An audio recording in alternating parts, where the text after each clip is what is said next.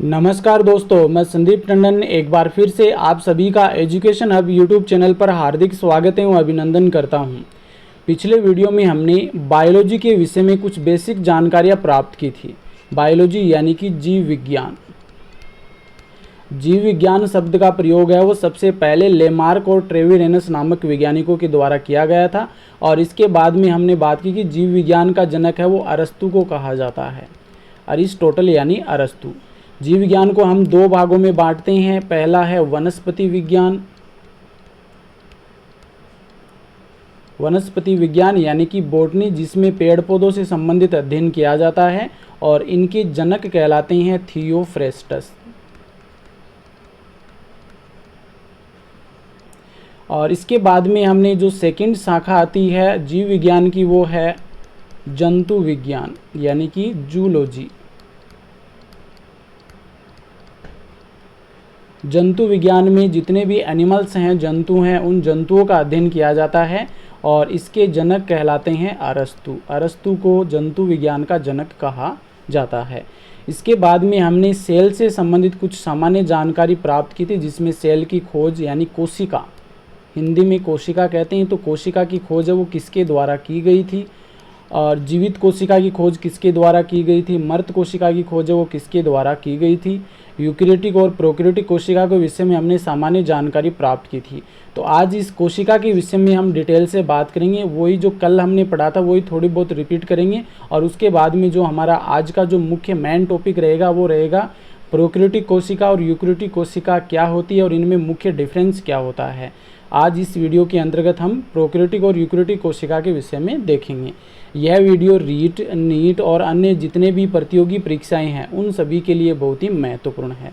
तो आइए शुरू करते हैं। देखो, सर्वप्रथम हम बात करते हैं कोशिका की। कोशिका होती क्या है?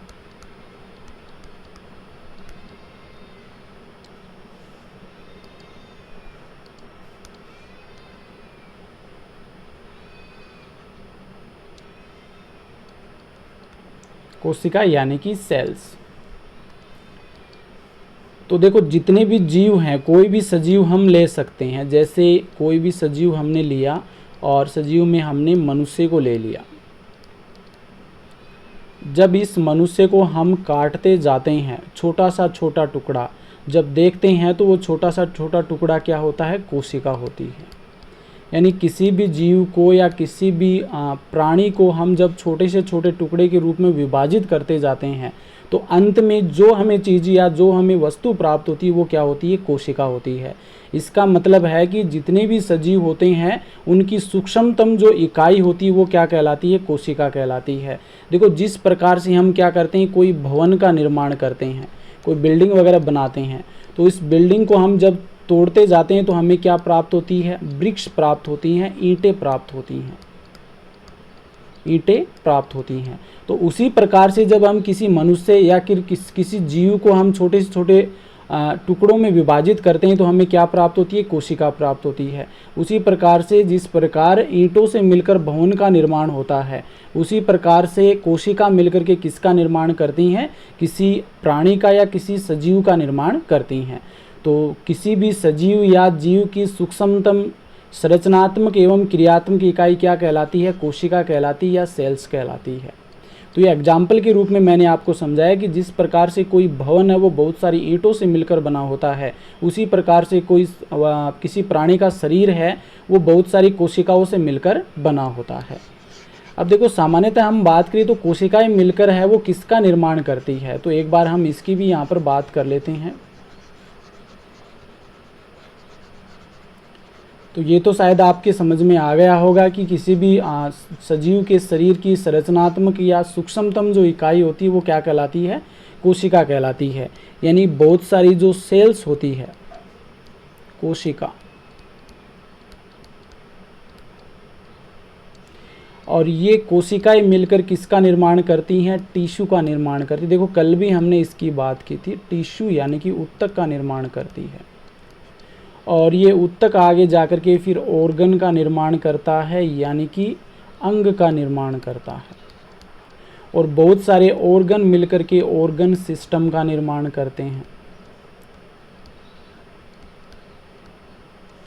अंग तंत्र, और ये अंग तंत्र आगे फिर किसी सजीव की बॉडी यानी कि शरीर का निर्माण करते हैं, किसी सजीव की बॉडी का निर्माण करते हैं। तो इसी प्रकार से हम अगर किसी शरीर की सूक्ष्मतम इकाई देखें तो वो क्या कहलाती है, कोशिका कहलाती है। तो बहुत सारी सेल्स मिलकर के टिश्यू का निर्माण करते हैं, और टिश्यू मिलकर के ऑर्गन यानी कि अंग का निर्माण करते हैं, और बहुत सारे ऑर्गन मिलकर के ऑर्गन सिस्टम का निर्माण करते हैं। ऑर्गन सिस्टम यानी अंग तंत्र मिलकर के किसी प्राणी के कंप्लीट शरीर का निर्माण करते हैं। तो एक बार इसको हम एक चित्र के द्वारा यहाँ पर समझ लेते हैं। देखो यहाँ पर आप देख सकती हैं ये कोई सेल्स है, ये सेल्स मिलकर के टिश्यू का निर्माण करती है, टिश्यू फिर ऑर्गन का, फिर ऑर्गन सिस्टम और फिर बॉडी सिस्टम का निर्माण किया जाता है। तो यहाँ पर जितने भी हमारे शरीर में जो सिस्टम पाए जाते हैं उनके उदाहरण दे रखे हैं। जैसे एपिथेलियल कोशिकाएं होती हैं तो एपिथेलियल टिश्यू बनाती हैं, फिर एपिथेलियल क्या बनता है यहाँ पर, एपिथेलियम ऑर्गन बनता है, और फिर पूरी बॉडी यानी एपिथेलियल सिस्टम, या फिर हम कह सकते हैं कि जो बाहर वाला जो तंत्र होता है। देखो यहाँ पर थोड़ा सा आपको नज़र नहीं आ रहा, मैं एक बार मिटा देता हूँ। इन्फ्लामेटरी जो सिस्टम होता है इसका निर्माण होता है। इसके बाद में देखो यहाँ पर आप देख सकते हैं बोन सेल जिसे हम ऑस्टियोसाइट कहते हैं। इससे क्या बनता है, स्केलेटल टिश्यू बनता है। स्केलेटल टिश्यू से बोन जो ऑर्गन होता है उसका निर्माण होता है, फिर स्केलेटल सिस्टम का निर्माण होता है। इसी प्रकार से क्या होता है, यहाँ पर हम नर्वस सेल्स ले सकते हैं। नर्वस सेल से नर्वस टिश्यू का निर्माण होता है। फिर ब्रेन जो कि एक ऑर्गन होता है, ब्रेन का निर्माण होता है। ब्रेन मिलकर के क्या किसका निर्माण करते हैं, नर्वस सिस्टम का निर्माण करते हैं। यानी कि जो सेल्स होती हैं ये क्या बनाती हैं, सेल्स टिश्यू बनाती है, टिश्यू के आगे ऑर्गन बनाते हैं, ऑर्गन सिस्टम का निर्माण करते हैं, और ऑर्गन सिस्टम होते हैं ये क्या करते हैं, पूरी बॉडी का निर्माण करते हैं, जो कि अभी हमने यहाँ पर देखा है। तो कंप्लीटली हम शुरुआत में बात करें तो कोशिका से संबंधित हम लेकर के चलेंगे, लास्ट बॉडी के जितने भी सिस्टम है वहाँ तक हम अध्ययन करेंगे। तो आज हम शुरुआत करते हैं। कल तो हमने सामान्य परिचय देखा था, आज हम कोशिका के विषय में सामान्य जो जानकारी है वो, और साथ में कोशिका कितने प्रकार की होती है उनकी बात करते हैं।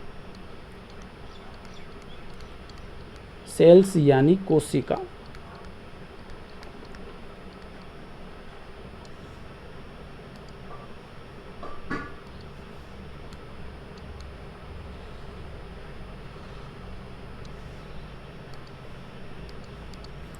देखो कोशिका की सबसे पहला जो क्वेश्चन बनता है वो खोज से संबंधित बनता है। तो कोशिका का खोजकर्ता कौन है, खोज किसके द्वारा की गई थी, तो खोज है वो रॉबर्ट हुक के द्वारा की गई थी। ये हमने कल बात की थी। रॉबर्ट हुक के द्वारा सबसे पहले कोशिका की खोज की गई थी, और इन्होंने जो खोज की थी वो कोरक कोशिका की खोज की थी। कोरक कोशिका यानी कि जो प्लांट में छाल पाए जाती है उसकी जो कोशिका, उसकी खोज है वो किसके द्वारा की गई थी, रॉबर्ट हुक के द्वारा। और ये खोज है वो कब की गई थी, 1665 ईस्वी में की गई थी। और इन्होंने अपनी जो बुक है उसके अंदर ये बताया था, माइक्रोग्राफिया में ये प्रकाशित किया था।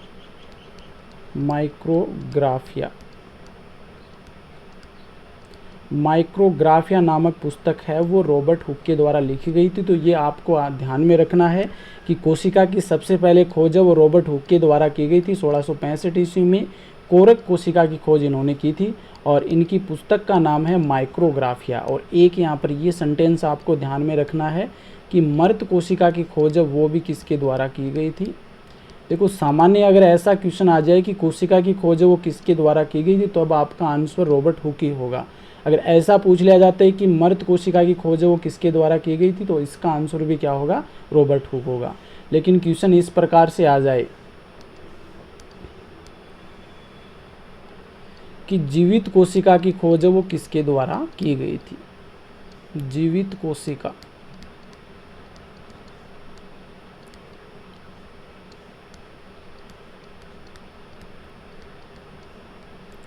जीवित कोशिका की खोज है वो किसके द्वारा की गई थी, तो यहाँ पर आपको ध्यान में रखना है Antony von Leeuwenhoek. Antony von Leeuwenhoek. Antony von Leeuwenhoek नामक वैज्ञानिक थे जिन्होंने शुक्राणु और जीवाणु हैं इन सभी का अध्ययन करके कोशिका की खोज की थी। जो रॉबर्ट हुक थे, इन्होंने तो कोशिका को क्या नाम दिया था? सेलुली नाम दिया था। ये इतना ज़्यादा इम्पोर्टेंट नहीं है, सिर्फ आपको बता रहा हूँ मैं। जबकि जीवित कोशिका की खोज वो एंटोनी वॉन ल्यूवेनहॉक के द्वारा की गई थी और इन्होंने एनिमलक्यूल नाम दिया था, एनिमलक्यूल्स नाम दिया था कोशिका को। तो ये दोनों ही क्वेश्चन आपको ध्यान में रखने, हमने कल भी इसके विषय में डिस्कस किया था। तो नेक्स्ट हम बात करते हैं, देखो ये कोशिका की संरचना, इसके हम बाद में बात करेंगे।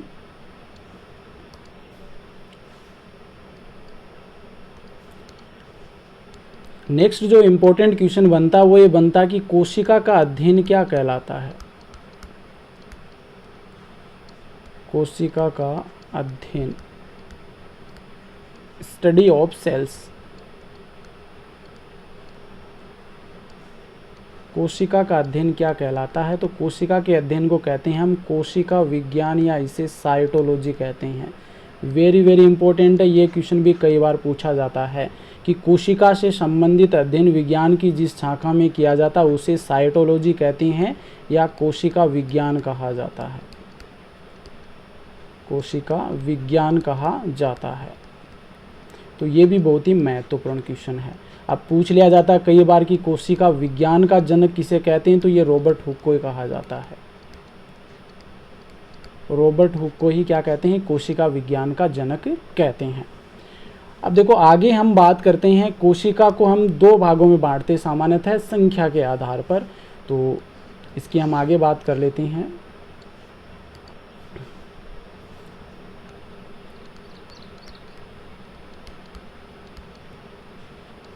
कोशिका की संख्या के आधार पर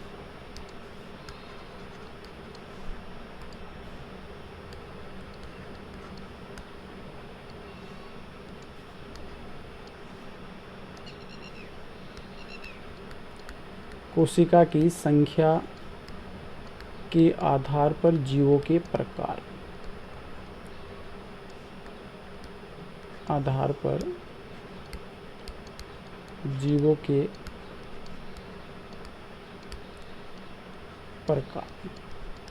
तो यहाँ पर कोशिका की संख्या के आधार पर है जीव है, ये दो प्रकार के होते हैं। पहला है यूनिसेलुलर, हम जिसे कहते हैं यूनिसेलुलर या इसे एक कोशिकीय भी कहते हैं।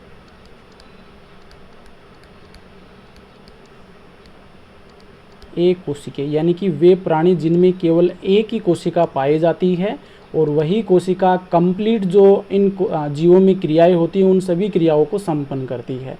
तो ऐसे जीव जिनमें केवल एक कोशिका पाई जाती है एक कोशिकीय जीव कहलाते हैं। और ये कौन से होते हैं? जिसमें जीवाणु, इसके उदाहरण हो जाएंगे जीवाणु, माइकोप्लाज्मा, जीवाणु, माइकोप्लाज्मा, अमीबा है, इसके अलावा नील हरित शैवाल, ये सभी यूनिसेलुलर जीव हो गए। नेक्स्ट जो दूसरा आता है मल्टी सेलुलर।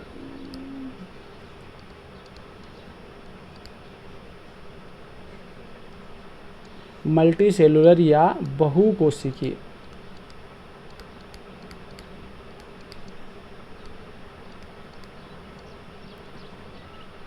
मल्टी सेलुलर या बहुकोशिकीय वे जीव जिनमें एक से अधिक कोशिकाएं पाई जाती हैं, यानी कि कोशिकाएं हैं वो बहुत सारी इन जीवों में पाई जाती है और बहुत सारी कोशिकाएं मिलकर के जो इन जीवों के शरीर में जो क्रियाएं होती हैं उन क्रियाओं को संपन्न करती है। और इसके उदाहरण हो जाएंगे जैसे शैवाल हैं वो इसके अंतर्गत आती हैं, पेड़ पौधे हैं उच्च स्तरीय वो इसमें आ जाएंगे, और हम भी इसी में आते हैं, यानी कि जो मनुष्य होता है वो भी क्या होते हैं? मल्टी सेलुलर ऑर्गेनिज्म होता है। तो जितने भी उच्च स्तरीय पेड़ पौधे हैं, उच्च स्तरीय प्राणी हैं, जंतु हैं, वो सभी बहुकोशिकीय जीवों के अंतर्गत आते हैं। तो कोशिका की संख्या के आधार पर दो प्रकार के होते हैं जीव, एक कोशिकीय और बहुकोशिकीय। नेक्स्ट हम बात करते हैं कोशिका सिद्धांत की, और यहाँ से क्वेश्चन है वो बहुत बार पूछा जाता है, तो इसको थोड़ा सा आपको ध्यान से समझना है। कोशिका सिद्धांत, सेल थ्योरी।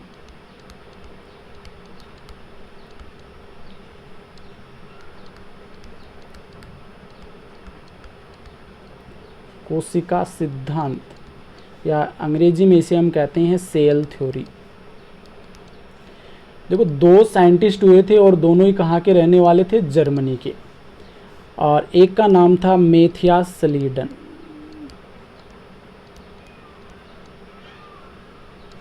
मैथियास स्लीडन। और ये मैथियास स्लीडन थे, ये जर्मनी के रहने वाले थे, जर्मनी के वनस्पति शास्त्री थे, वनस्पति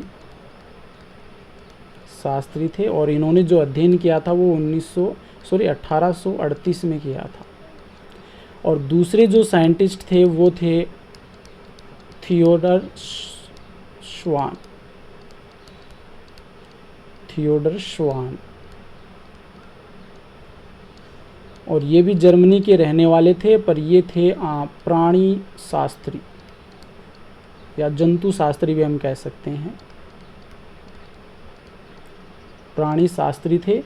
और इन्होंने 1939 में पेड़ पौधों पर अध्ययन किया था। देखो, दो साइंटिस्ट थे, एक था मैथियास स्लीडन जो कि जर्मनी के वनस्पति शास्त्री थे, और दूसरे थे थियोडर श्वान जो जर्मनी के प्राणी शास्त्री थे। मैथियास स्लीडन थे, इन्होंने क्या किया था, वनस्पति यानी कि पेड़ पौधों पर अध्ययन किया था 1838 में, ये भी 1839 है। और थियोडर श्वान थे, ये प्राणी शास्त्री थे जर्मनी के, इन्होंने 1839 में किन पर अध्ययन किया था, जंतुओं पर अध्ययन किया था। और अध्ययन करके इन्होंने क्या निष्कर्ष निकाला, और निष्कर्ष क्या था, वही पॉइंट कई बार पूछे जाते हैं, और उसे ही हम क्या कहते हैं, कोशिका सिद्धांत कहते हैं। इन दोनों ही वैज्ञानिकों ने मिलकर के इन पादपों और जंतुओं का अध्ययन करके कोशिका सिद्धांत का प्रतिपादन किया, जिसमें फर्स्ट पॉइंट आता है आपका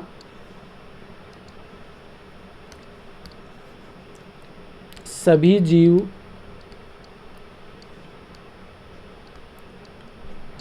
जीव कोशिकाओं से मिलकर बने होते हैं।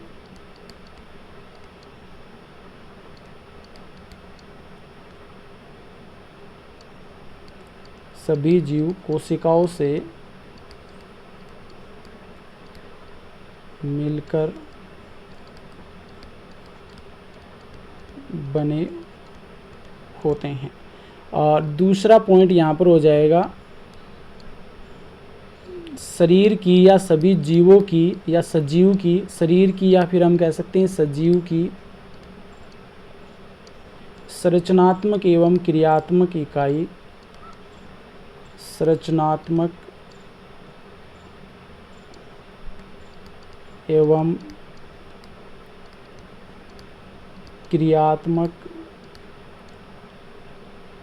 सूक्ष्मतम इकाई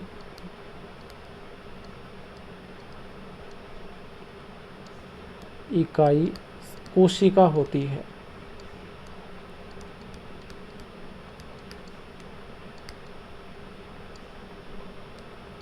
कोशिका होती है। यानी थियोडर श्वान और मैथियास स्लीडन इन्होंने विभिन्न पादप और जंतुओं का अध्ययन करके कोशिका सिद्धांत का प्रतिपादन किया, जिसमें इन्होंने बताया कि जितने भी जीव हैं ये सभी कोशिकाओं से मिलकर बने होते हैं, और किसी भी सजीव या किसी भी जीव के शरीर की संरचनात्मक क्रियात्मक जो सूक्ष्मतम इकाई है वो क्या कहलाती है, कोशिका कहलाती है। और तीसरा पॉइंट यहाँ पर मैं बता देता हूँ आपको कि कोशिका के अंदर, ये सिर्फ ऐसे बता देता हूँ क्योंकि बड़ा पॉइंट है तो यहाँ पर लिखा नहीं जाएगा, चलो फिर भी लिख देता हूँ मैं। कोशिका में, कोशिका के केंद्रक में, कोशिका के केंद्रक में आनुवांशिक पदार्थ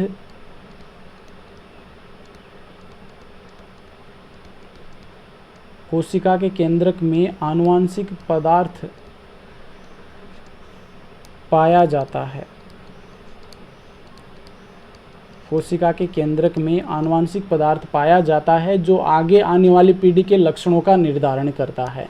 तो ये था कोशिका सिद्धांत जो किसके द्वारा दिया गया था, मैथियास स्लीडन, थियोडर श्वान। यह आपको अच्छे से ध्यान में रखना है। और इस सिद्धांत को देने के बाद कुछ क्वेश्चन इस प्रकार से उत्पन्न हुए कि ये कोशिका आती कहाँ से है, कोशिका का निर्माण कैसे होता है। तो इसके ऊपर एक साइंटिस्ट हुए हैं जिनका नाम है रुडोल्फ विर्चो।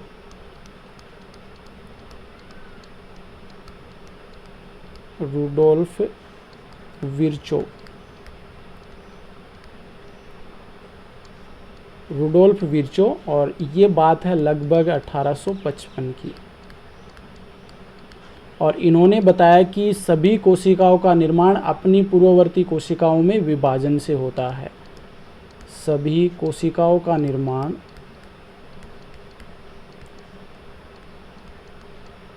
सभी कोशिकाओं का निर्माण अपनी पूर्ववर्ती कोशिका से होता है। अपनी पूर्ववर्ती कोशिका से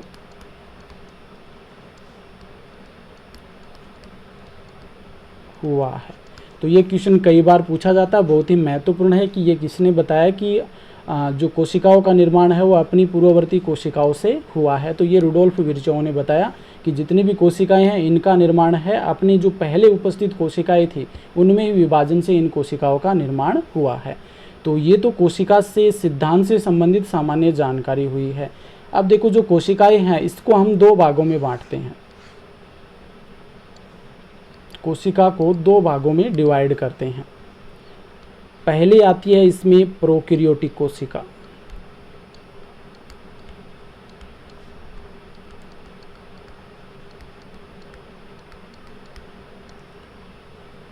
प्रोकैरियोटिक कोशिका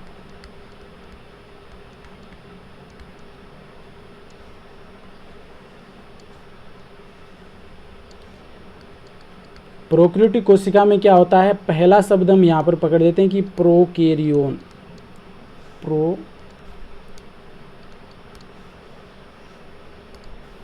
एक तो प्रो शब्द है, प्रो का मतलब होता है प्रीमिटिव। प्रो का मतलब होता है प्रीमिटिव और प्रीमिटिव का अर्थ होता है आदिम प्रकार या आद्य प्रकार हम कह सकते हैं। आदिम प्रकार या सामान्य लैंग्वेज में हम कह सकते हैं अविकसित प्रकार। और दूसरा है कैरियोन। प्रो और कैरियोन। कैरियोन का अर्थ होता है न्यूक्लियस यानी कि केंद्रक। न्यूक्लियस यानी केंद्रक। तो इनमें जो केंद्रक होता है वो किस प्रकार का होता है, आदिम प्रकार का होता है, अविकसित प्रकार का केंद्रक होता है। अविकसित प्रकार का केंद्रक होता है।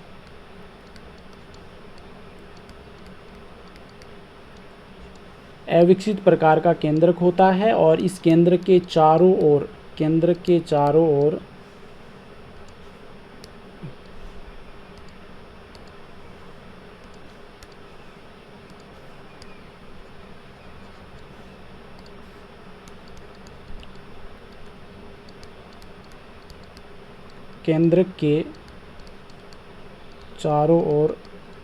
केंद्रक झिल्ली का अभाव होता है। चारों ओर केंद्रक झिल्ली का अभाव होता है। केंद्रक के चारों ओर केंद्रक झिल्ली का अभाव होता है। इसका मतलब इनमें जो प्रोकैरियोटिक कोशिका है इनमें केंद्र कैसा होता है, आदिम प्रकार का होता है, अविकसित प्रकार का केंद्रक होता है। और इसके जो उदाहरण है वो कौन कौन से हो जाएंगे, किन में ये कोशिका पाई जाती है।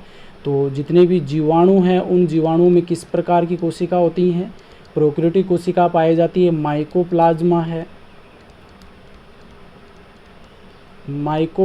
है, उनमें भी क्या होता है, जिसे हम PPLO कहते हैं, प्लूरोन्यूमोनिया लाइक ऑर्गेनिज्म। बहुत बार पूछा जाता है ये क्वेश्चन, PPLO।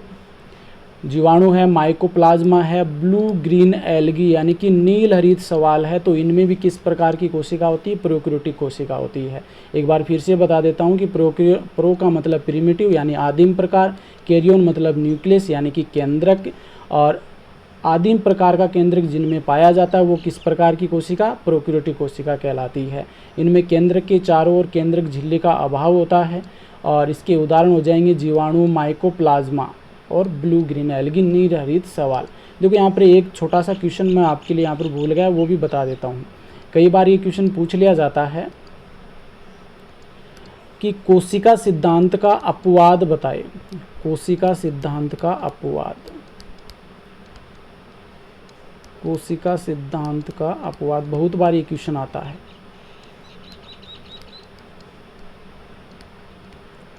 तो इसमें देखो अपवाद तो 2-3 प्रकार से हो जाएंगे। एक तो जो यूनिसेलुलर ऑर्गेनिज्म है वो भी कोशिका सिद्धांत के अपवाद के रूप में माना जाता है, जिसमें प्रोटोजोआ है ये आते हैं। लेकिन मुख्य जो अपवाद है वो वायरस के रूप में देखा जाता है। तो वायरस जो होता है ये कोशिका सिद्धांत का अपवाद माना जाता है, क्योंकि वायरस है वो जीवित प्राणी के अंतर्गत नहीं आता है। जब किसी पोषक शरीर से ये जब बाहर रहता है तो ये निर्जीव रहता है। जब भी इसे कोई पोषक शरीर मिल जाता है तो ये क्या हो जाता है, जीवित हो जाता है। और इसी कारण से यहाँ पर सबसे इम्पोर्टेंट क्वेश्चन बनता है, इसे सजीव व निर्जीव की योजक कड़ी माना जाता है। सजीव व निर्जीव की योजक कड़ी माना जाता है। योजक कड़ी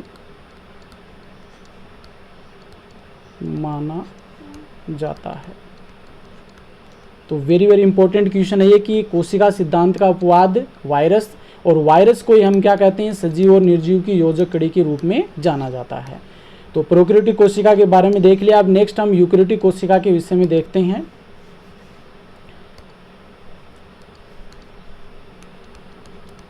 यूकैरियोटिक कोशिका,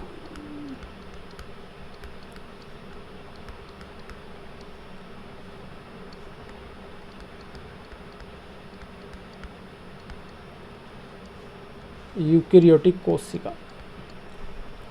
तो इसमें देखो यू का मतलब होता है सुविकसित,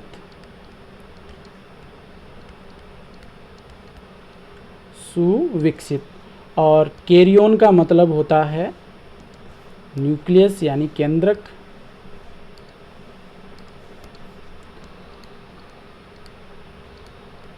कैरियोन का मतलब होता है न्यूक्लियस यानी केंद्रक। इनमें जो केंद्रक होता है वो सुविकसित प्रकार का केंद्रक पाया जाता है। कहने का मतलब है कि केंद्रक के चारों ओर, केंद्रक के चारों ओर दोहरी केंद्रक झिल्ली पाई जाती है। दोहरी केंद्रक झिल्ली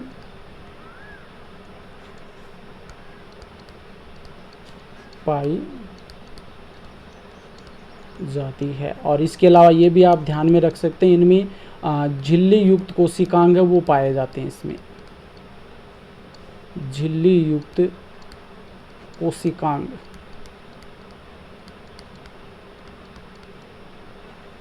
झिल्ली युक्त कोशिकांग उपस्थित होते हैं।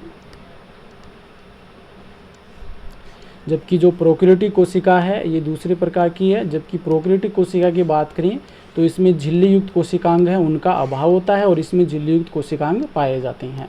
अब इनके जो उदाहरण की हम बात कर लेते हैं, उदाहरण कौन कौन से हैं।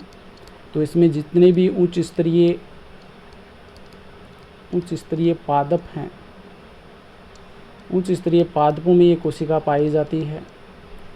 इसके अलावा जो उच्च स्तरीय प्राणी हैं जिनमें हम अपने आप को भी शामिल करते हैं, मनुष्य के अंदर भी क्या होती है, यूकैरियोटिक प्रकार की कोशिका पाई जाती है। मनुष्य, हाथी, बकरी जितने भी स्तनधारी हैं उन सभी में क्या होती है, यूकैरियोटिक प्रकार की कोशिका होती है।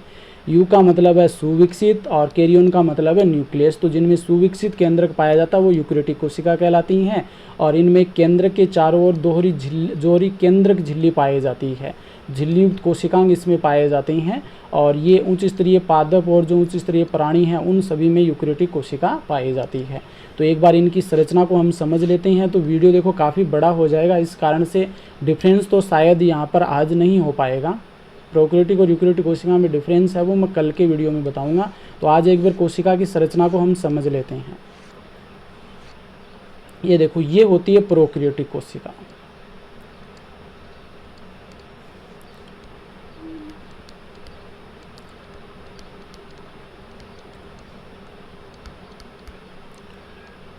प्रोकैरियोटिक कोशिका, इसमें आप देख सकते हैं, देखो सबसे बाहर की ओर ये जो आवरण होता है, ये बाहर की ओर जो आवरण पाया जाता है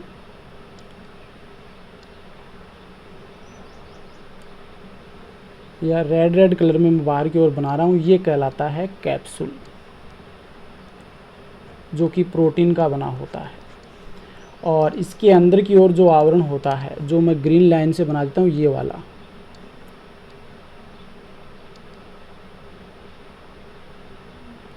जो आपको ग्रीन लाइनिंग में नज़र आ रहा है, ये वाला जो संरचना है ये कहलाती है सेल वॉल, जिसे हम कोशिका भित्ति कहते हैं। इसे हम क्या कहते हैं? कोशिका भित्ति। कोशिका भित्ति या सेल वॉल कहते हैं। देखो हिंदी में मैं यहाँ पर लिखता हूँ, यहाँ पे भी लिखा हुआ है। देखो ये कैप्सूल हो गया, इसके अंदर की ओर जो ये वाली लेयर होती है क्या हो गया? सेल वॉल हो गया। और इसके अंदर ये वाली जो ग्रीन आपको ग्रीन कलर में यहाँ पर दिखाई दे रही है, या फिर मैं अलग कलर से यहाँ पर बना देता हूँ, ये वाला कलर ले लेते हैं। ये वाली जो लाइनिंग है अंदर वाली, जो सबसे अंदर की ओर ब्लू कलर में मैं बना रहा हूँ, और ये जो लाइनिंग होती है ये कहलाती है कोशिका झिल्ली।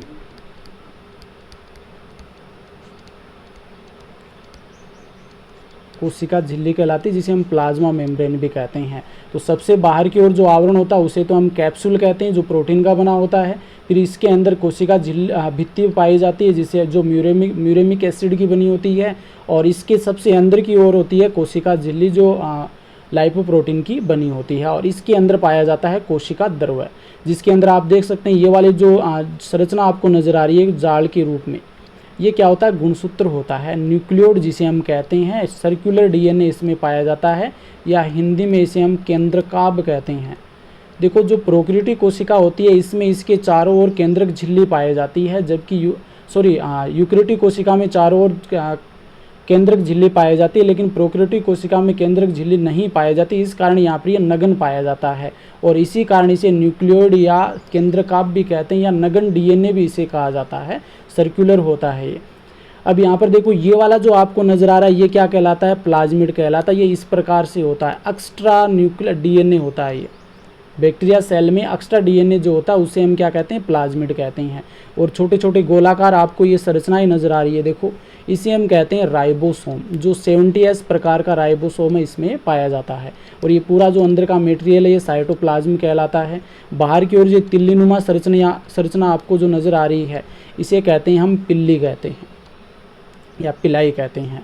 तो और कुछ छोटी छोटी ये बूंदे के रूप में देखो वाइट संरचना नजर आई, ये क्या होते हैं? कोर्टिकल ग्रेन्यूल, तेलीय जो बूंदक कोशिकाएं होती हैं, तेलीय जो सेल्स होती हैं वो पाए जाती हैं, तेलीय वस्तुएं जो होती हैं वो इसमें पाई जाती हैं। तो ये होती है प्रोकैरियोटिक कोशिकाओं की संरचना की सबसे बाहर की ओर कैप्सूल, और फिर अंदर की ओर सेल वॉल, फिर जो प्लाज्मा झिल्ली होती है या कोशिका झिल्ली होती है वो, फिर अंदर की ओर साइटोप्लाज्म होता है, कोशिका द्रव्य होता है जिसमें नगन डीएनए पाया जाता है, जिसे न्यूक्लियोइड या केंद्रकाभ कहते हैं। और ये देखो यहाँ पर एक फ्लैजिला पाया जाता है जो कि इसे मूवमेंट करने में सहायता करता है। ये बैक्टीरियल फ्लैजिलम है, फ्लैजिला। ये संरचना होती है प्रोकैरियोटिक कोशिका की। नेक्स्ट हम यूकैरियोटिक कोशिका की बात कर लेते हैं।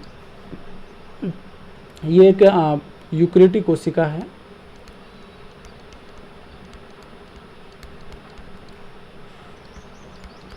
देखो यूकैरियोटिक कोशिका को भी आगे हम दो भागों में बांटते हैं, एक तो पादप कोशिका, एक जंतु कोशिका। यहाँ पे ये कौन सी कोशिका? जंतु कोशिका है।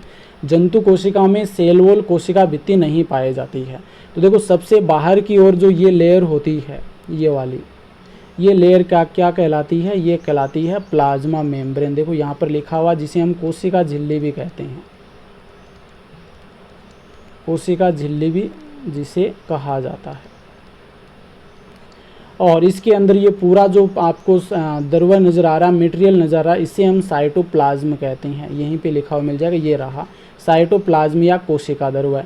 और इस कोशिका द्रव्य में बहुत सारे कोशिकांग पाए जाते हैं, झिल्ली युक्त कोशिकांग भी मिल सकते हैं।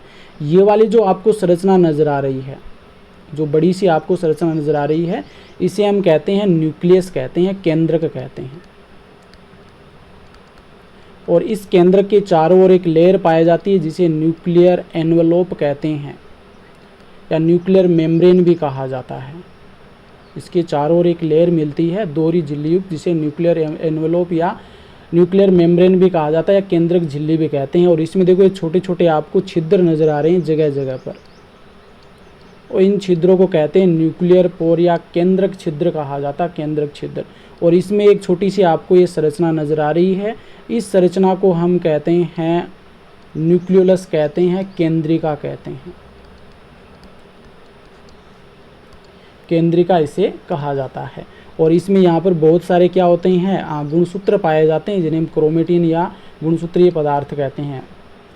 अब देखो बाहर की ओर ये जो आपको संरचना नजर आ रही है एक सूत्र कणिका के रूप में, जिसे हम माइटोकॉन्ड्रिया या हिंदी में सूत्र कणिका कहते हैं, हिंदी में इसे सूत्र कणिका कहा जाता है, माइटोकॉन्ड्रिया इसे हम कहते हैं। और ये क्या करती है, इसमें श्वसन से संबंधित बहुत सारे एंजाइम पाए जाते हैं, तो श्वसन की क्रिया है वो माइटोकॉन्ड्रिया में संपन्न होती है। और इसमें छोटी छोटी देखो यहाँ पर बहुत सारी ये छोटी छोटी संरचनाएं नज़र आ रही हैं, ये यहाँ पर भी देख सकते हैं आप। इनको कहते हैं वैक्यूल या इन्हें रसदानी या रिक्तिका कहा जाता है। ये बहुत ही छोटी छोटी पाई जाती है एनिमल सेल्स में। इसके बाद में देखो ये वाली जो संरचना आपको नज़र आ रही है ग्रीन ग्रीन, देखो यहाँ पर भी है और इधर भी मिल जाएगी आपको। इन संरचनाओं को कहते हैं लाइसोसोम कहा जाता है, इन्हें लाइसोसोम कहते हैं। और ये जो लंबी आपको कुंडलित संरचना नज़र आ रही है जो ग्रीन कलर में यहाँ पर देख सकते हैं, इसे गोल्जी अपरेटस या गोल्जी काय कहते हैं, गोल्जी काय कहा जाता है। और जो केंद्रक से जुड़ी हुई आपको ये वाली जो संरचना देख रहे हैं ये इस प्रकार से होती है, देखो यहाँ पर ये केंद्रक होता है और इसके चारों ओर इस प्रकार से जुड़ी हुई पाई जाती है। ये इसी प्रकार से केंद्रक के चारों ओर